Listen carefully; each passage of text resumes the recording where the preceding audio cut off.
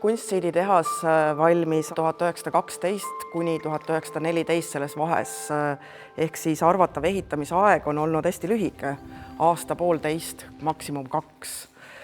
See tehase kompleks on nagu hiigelsuur, aga nüüd me oleme ühes selles väiksemas osas, kus on hästi huvitav see, et vaheseinad näiteks on laotud paekivist ja kuidagi see nagu liigendab seda arhitektuuri rohkem kui siis selles ülejäänud osas olevad maakivist laetud vaheseinad. Siin on muidugi toimunud tohutuid nagu hävinguid, aga ikkagi on nagu näha sellist, kui me vaatame kas või seda ukseava, et siis selline dekoratiivne, imeilus punasest tellisest laotud nagu ukseava, mille puhul me ei tea, kas see kõik oli kaetud nagu krohviga, ei olnud kaetud, aga see nii-öelda kuidagi selline maitsekus on isegi selles lagunevas hoones nagu näha. Ja kõige tähtsam on loomulikult ennepiki süsteemi järgi siis valatud raudbetoon, sambad ja karkasslagi. See pidi olema nagu kohalikus elus selline täielik kultuurishokk. Peaaegu umbes sama, nagu täna tuleks mingisugune ultramoodne NASA-keskus kuhugi väikesesse Ääremaa külla.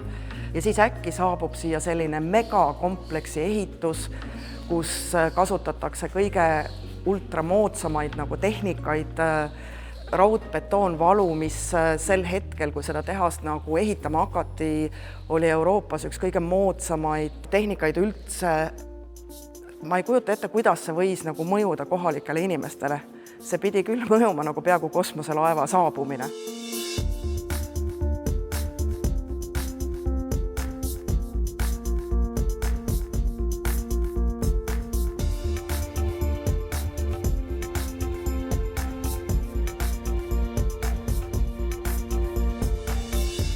– 2020, kui me selle loo siin enda jaoks üles kerisime, siis oli kohe idee, et see asi peab kasvama seestpoolt väljapoole. Et neid aknad ja ukse võib siia igal pool ette panna, et kubator kinni ehitada, aga siis saad endale mingi hunniku küttearveid ja kui seda sisu ei ole, siis väärtust ei sünni. Ja praegu Restori abiga oleme jõudnud nii kaugele, et me oleme hoonest täna 4000 ruutmeetrit läbi projekteerinud. Meil on olemas oma teatrimaja, Valgesaal, mille me tahame eksponeerida suure saalina, nii nagu ta on kogu see betoonarhitektuuris, et loome sinna kunstnikele residentuurid ja üle 1000 ruutmeetri jääb sinna siis positsiooniala. Siia majjaga sisse on kapselmajutus plaanitud ja toitlustus, teatri ja konverentsisaal. Et see kõik endas ongi umbes 4000 ruutmeetrit. Kuna hoone on väga heade tehniliste kommunikatsioonidega, omal ajal rajatud alasse veekanalisatsioonisõlmed, mis rahuldavad ära 12 000 inimese vajadused, et see võimaldab meil tegelikult siia päris palju kihte peale laduda.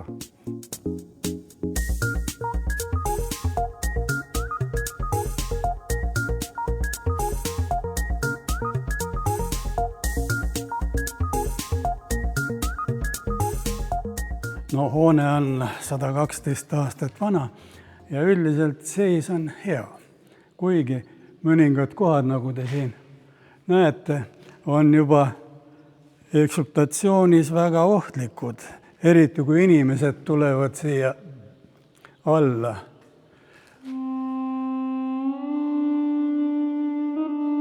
See oli 1917, kui Vene armee oma vesilennukite baasiga ära läks. Nendel pommiladu oli siin hoovis ja nad õhkasid selle. See tekitas esimesed praod taladesse. Omanikele on öeldud, et enne ei tohi rahvast sisse lasta, kui ta ajutised toed nendesse kohtadesse alla paneb. Sellepärast, et siin prantslaste lahendus on küll väga hea, kuid sõlmede konstruktsioon on lahendatud puudulikult. Ja ehitaja teab, mis tähendab tugedele lisaarmatuuri panemine, rangide panemine. Siin on rangid väga nõrgad, mistõttu ongi need põikjõupraud tekkinud sisse. Üldiselt talade keskel paindes tekkinud kahjustusi nagu näha ei ole. Aga et neid tugesi tugevdada, selleks on siin juba mitmel pool töö ära tehtud, kui sealt vaadata vastasseinal, seal on väga hästi lahendatud, nii et tuleb ka siin teha, kus veel ei ole.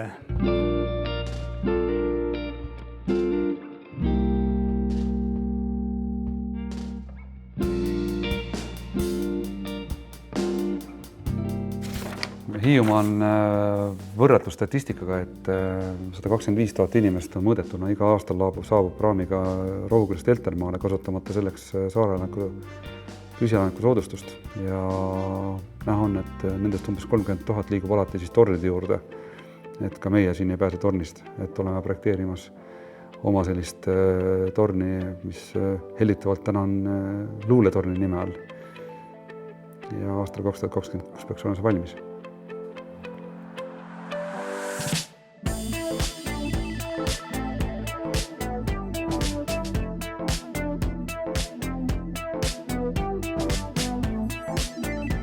Kuidas need ideed kasvavad, et mingisugusel hetkel justkui valmis ideedekult sõiditakse järgmisel päeval kiiresti üle, sest et keskkond ajas muutub väga kiiresti.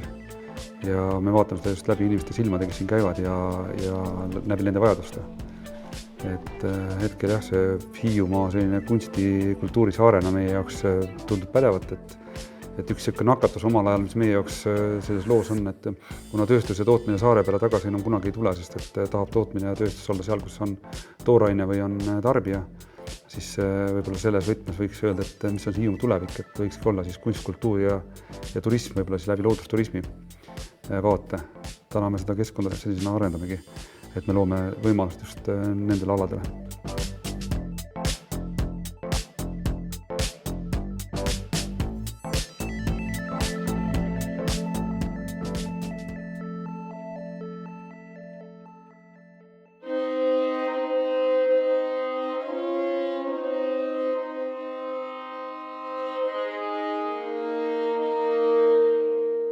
Meie selja taga on Hiiu elevaatojoone. See on ehitatud umbes 70 aastat tagasi, 1950ndate alguses ja siin hoiti vilja. Nüüd on see maja, ma arvan, et suurusjärgus 20 aastat seisnud,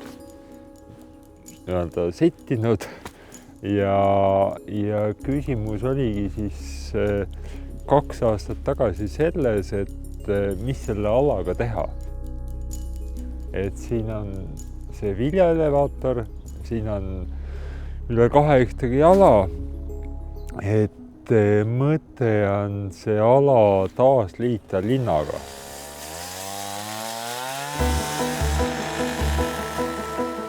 See elu selles mõttes võiks tulla ka siia Hiiu elevaatori poole ja saada sellest Hiiule üks keskustest.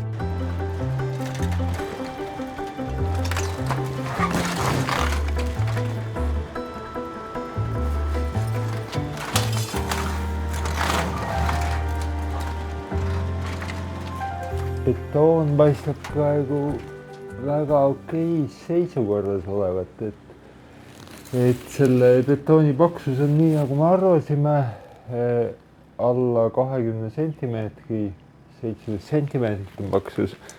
Siin on näha ilusat lõikepinda, mis siin siseseintes korterites ka näha jääb tulevikus. Ehk ma arvan, et potentsiaali on väga palju. See on esimene auk majas. Kogu maja peale tuleb umbes 2000 auku. Ehk siis väga suur töö on teha.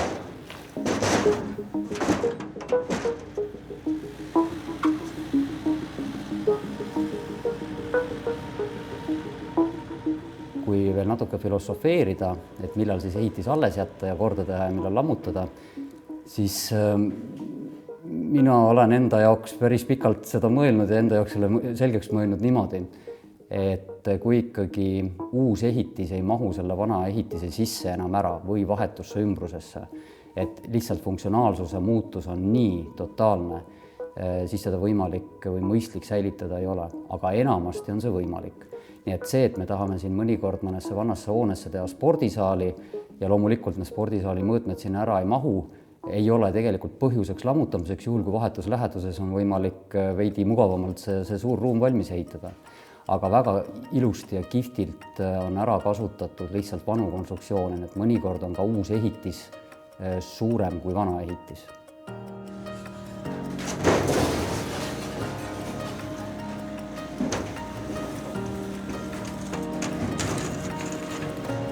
Kindlasti kuulub nende mõõdetavate parameetrite hulka tugevusnäitajad, see on ikkagi A ja O, kas lihtsalt konstruktsiooni kandevõime on piisav. See, et ta võib-olla laseb õhku läbi, ei ole energiatõhus, et see on ju ka loomulikult väga tähtis ja sellest me ei saa üle ega ümbert, aga lihtsalt kui kandevõimet ei ole, siis ei ole ka muudel parameetritel tähtsust.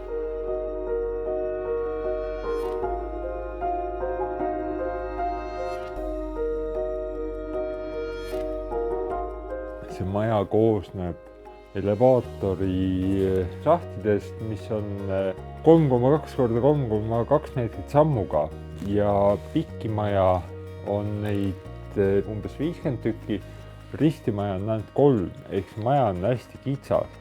Ja kui me mõtleme, et see maja on 9,6 meetrit lai, siis kõik pinnad, mis siia tekivad, nii korterid kui ägepinnad, on 2,5 vaatega, et läbi maja nii-öelda elemendid ja siin jääb alles see sama kriid, nii-öelda šahtide nurgakohad jäävad alles. Siia peale tuleb soojustus, kuna kõik me tahame, et sees olles oleks piisavalt soe, ehk selles mõttes me puhastame selle betoonipinna ja soojustame ja kokkuvõttes ka krohvime. Ehk siis eesmärgiks on jätta selline tööstuslik, robustne mulje, et ta ei oleks flantsitud uus maja, vaid oleks nii-öelda tunnetuslikult seda ajalugu sees olemas.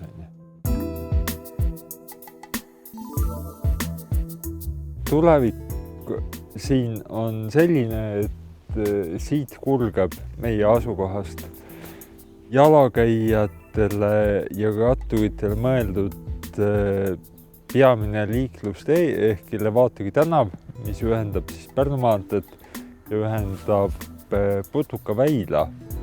Ja siin esimesel korrusel, Elevaatori esimesel korrusel on äripinnad, erinevad kohvikud, erinevad poekesed ja ülemistel korrustel on korterid.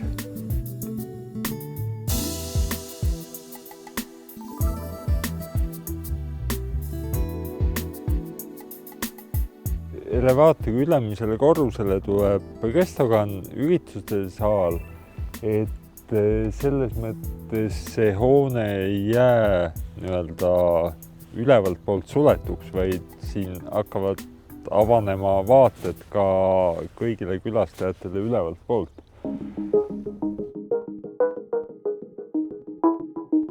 Aga see üldine mõte oli see, et säilitada lisaks elevaatori tornile ka olemasolevad 2 torni minu külgedel, et selle koha vaimu ajalugu säilitada, et me ei kustuta nagu kõike maha, vaid me toome iseloomuliku ja väärtusliku osa sellest tulevikku kaasa.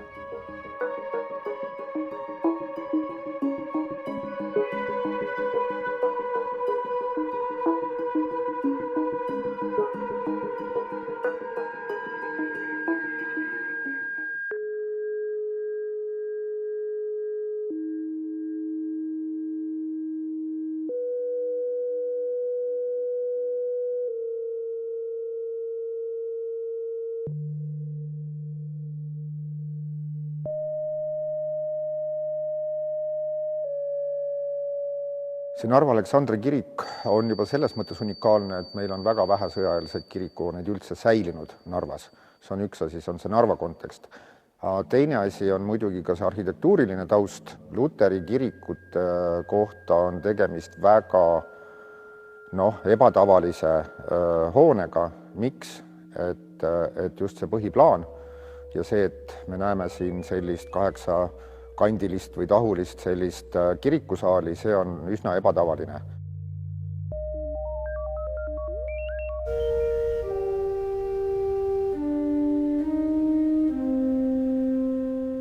Üldiselt maailmas sellised kuppelehitised ei ole väga ebatavalised. Neid on tehtud.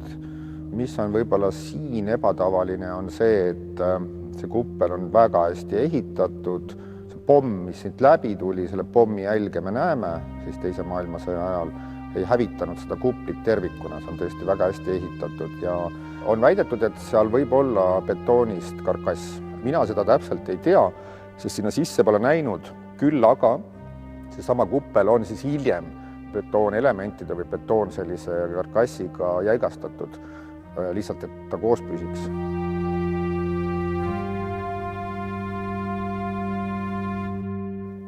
Ja see perspektiiv on siis praegu see, et jätta ta toimima ka nagu kirikuna ja kogudus saab siin edasi toimetada loomulikult, aga et siis tuleb kirikkontserdisaal, sest tegemist on väga hea akustikaga saaliga, seda on meie kõik tippakustikud ka öelnud, et selle saali akustika on ülimalt hea.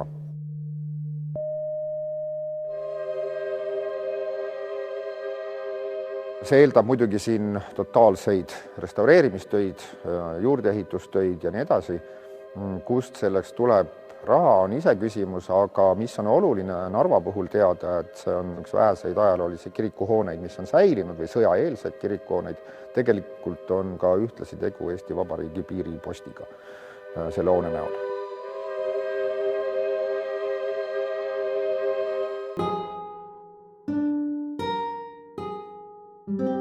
Et nagu me näeme, siis torni alaosa erineb ja ülaosa on siis selline natuke värskemast kivist.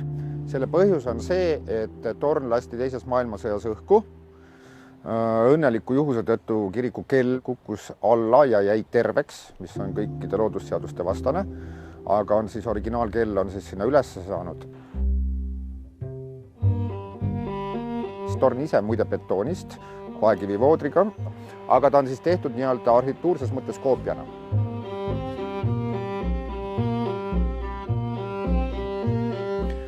Et kuigi see kirikuhoone saal on ka täna väga hea akustikaga saal, siis selleks, et publikut vastu võtta, selleks, et esinejaid vastu võtta, on vaja siis täiendavaid ruume, on selleks siis garderoobid, tualetid, ootealad ja kõik muu selline, seda siin hetkel ei ole.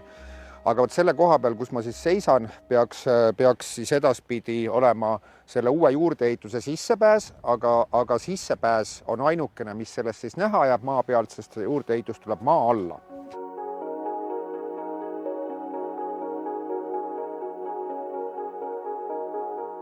Uus juurdeehitus ei puutu maa peal ajaloolise Narva Aleksandri kirikuga isegi kokku, vaid on pigem selline väljak ümber selle kiriku, mis kutsub külastajaid sellesse uude kontserdisaali ja näituseruumi sisenema.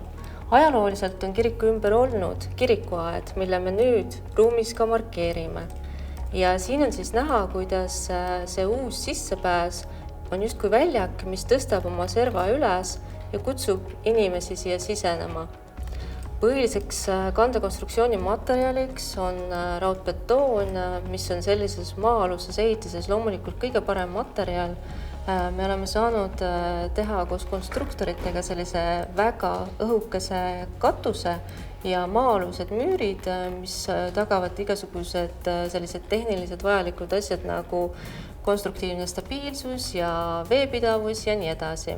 Kui külastaja nüüd sellest klaasseintega paviljonist siseneb, hakkab ta liikuma trepist alla.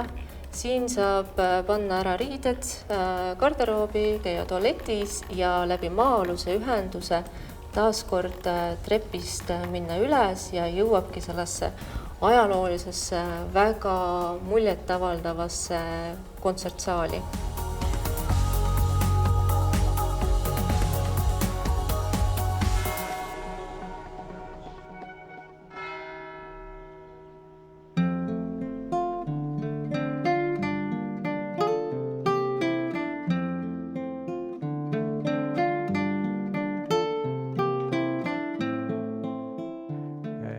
enamus Eesti väikelinnades on see probleem, et rahvastik väheneb, mis toob kaasa jällegi selle, et hooned hakkavad tühjaks jääma ja ka tihtipeale on see, et see elu on ajaloolistest tuumikutest välja kandunud ja see on suur väljakutse tegelikult ühiskonnale, et mida selle ehitatud kehandiga teha. Meie selja taga olev Paide ajalooline tütarlaste gümnaasiumi hoone enne, kui otsustati siis siia teha see uus riigigümnaasium. Enne seda ta oli paarkümmend aastat seisis tühjana ja me kõik ju teame, mis juhtub majaga, kui ta seisab tühjana, kui teda ei köeta. Eks siin olid ka tegelikult katused ju jooksid läbi, aga samas see kivikehand iseenesest, see oli kõik okei. Vana maja on tüüpiline 19. sajandi lõpu, 20. sajandi algus historitsistlik arhitektuur. Ta ei ole väga paidelik, sest Paide, nii nagu enamus Eesti väikelinnud, on pigem need vanalinnad puumajadega vanalinnad.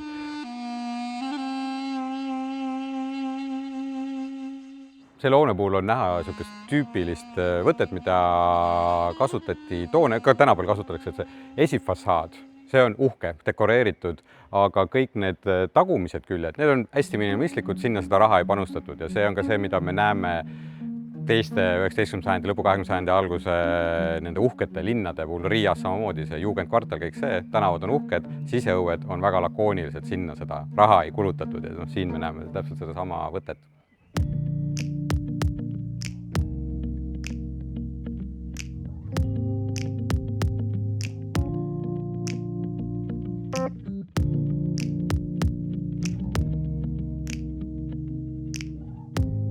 Nii nagu 20. sajandi alguse 19. sajandi lõpul kohane, et see tellisfassaad, mida me näeme väljas, siis tegelikult see tellis on ka siin majas sees, aga toona see tellis alati krohviti, deeksponeeritud, see vana kõigi nende palkide ja tellise eksponeerimine, et see tuleb meil 90-ndatel läheb see moodi Eestis ja siis hakatakse igal pool näitama.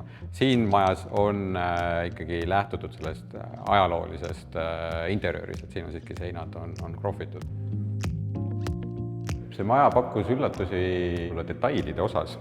See, mis siin Paides nüüd värvide alt välja tuli, niisugused ekspressionistlikud, abstraktsed seinamaalingud, kus on tõesti see värvid juba, siin on niisugune tugev sinine, roheline, pruun, need on tegelikult need, mis olid täpselt esimese maailmasõja ajal järgselt see kümnend, mis oli väga moodsad ja need siit nüüd avastati ja see on ka see, mis annab sellele koolile tegelikult ikkagi väga palju juurde just sellele ka identiteedile. Kahjuks suures saalis ehituse käigus suur osa maalinguid hävines, aga siin sellest trepikost siin õnneks on säilinud ja siin on ka näha muid detaile, et kõik need trepi käsipuud, siin vahemademetel on need originaal põrandaplaadid veel, siin on ka näha neid kulunud paekivi astmeid, et see on see, mis teeb sellest majast ikkagi niisuguse hubase koduse maja, et ta ei ole selline uus kipsitatud, vaid siin on näha, et siin on see eelnevad põlvkonnad, see elu on siin sees olnud päris pikalt ja tugevalt. See ruum, kus me praegu oleme, see on niisugune ilmselt selline risttee, et tegelikult siit kaudu sisenetaksegi siia kooli, ehk siis sisenemine toimub läbi ajaloolise selle peaukse, ikkagi otse tänavalt. Paljudes teistes koolides peasissepääs on siiski nüüd juba uuest osast, aga siis siin on läbi vanamaja ja siit siis argneb uude juurdeehituse otsa, samamoodi trepikotta, mis läheb siis üles saali ja teistesse ülemise korruse klassidesse. Kui me mõtleme koolimajade peale, kus enamus meist on käinud, siis õpilased tavaliselt olid kuskil koridoris, aknalaua peal, kuskil seina ääres oldi, siis nüüd nendes uutes lahendustes tänu sellele, et ei ole enam kinniseid ruume, et on ära kadunud ju suletud söökla, suletud raamatukogu, suletud aula. Läbi selle on tekitatud rekreatsioonialad, kus siis õpilased saavad ka vabal ajal olla, nad saavad siin teha ja toimetada ja oma asju. Et see on see, mis on siis põhimõttelisemaid suuri muudatusi riigigümnaasiumide ruumistruktuuris. Teine suur muudatus on see, et ei ole võimleid.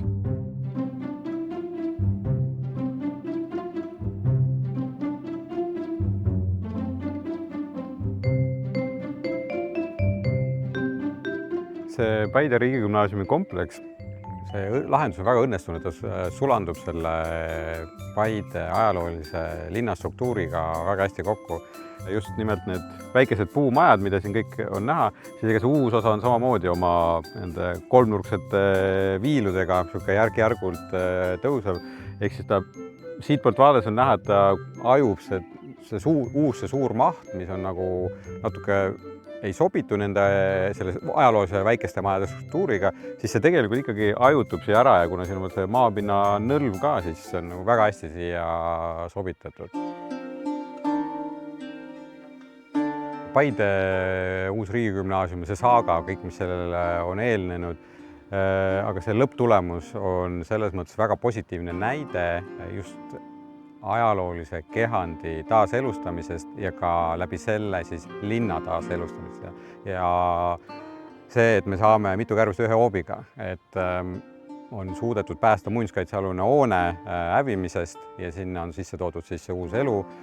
Kool on saanud endale väga tugeva identiteediga, väga hea õpikeskkonna ja see suur pilt ongi see, et läbi selle tuua elu tagasi ajaloolise linna tuumikalale.